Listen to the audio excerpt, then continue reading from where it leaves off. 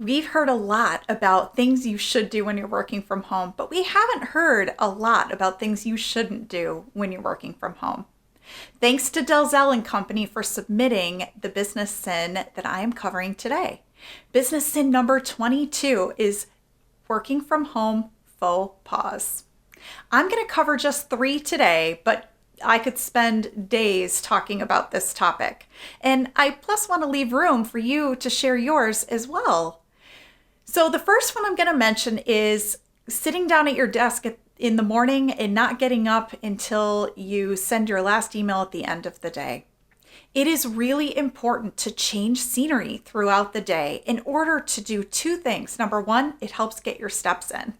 And number 2, it also helps our brain to trigger our ability to be more productive. The second thing is making sure that we still have human connection. If we're used to seeing people face to face, we should make sure that we keep that up.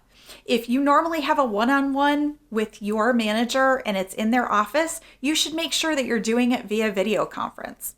Sure, it might seem awkward at first, but you'll get used to it. And the other thing is, it also forces you at least once a week or once a day when you have those meetings to make sure that you've gotten yourself into a state where you look good the same way that you would going into the office. And I guarantee you're going to feel better and you're going to produce even better work.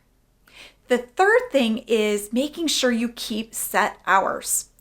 It is very difficult when you live and work in the same location. It makes it hard because we don't have a commute that forces us to end our day or other commitments that force us to end our day, such as picking kids up from daycare or puppies up from puppy care. And so I encourage you all to make sure that if you normally catch a train at 5:30 and you need to be out of the office by 5:15, you keep that exact same schedule. Number 1, it's going to allow you to keep some mental sanity where you're not working 24 hours a day, 7 days a week.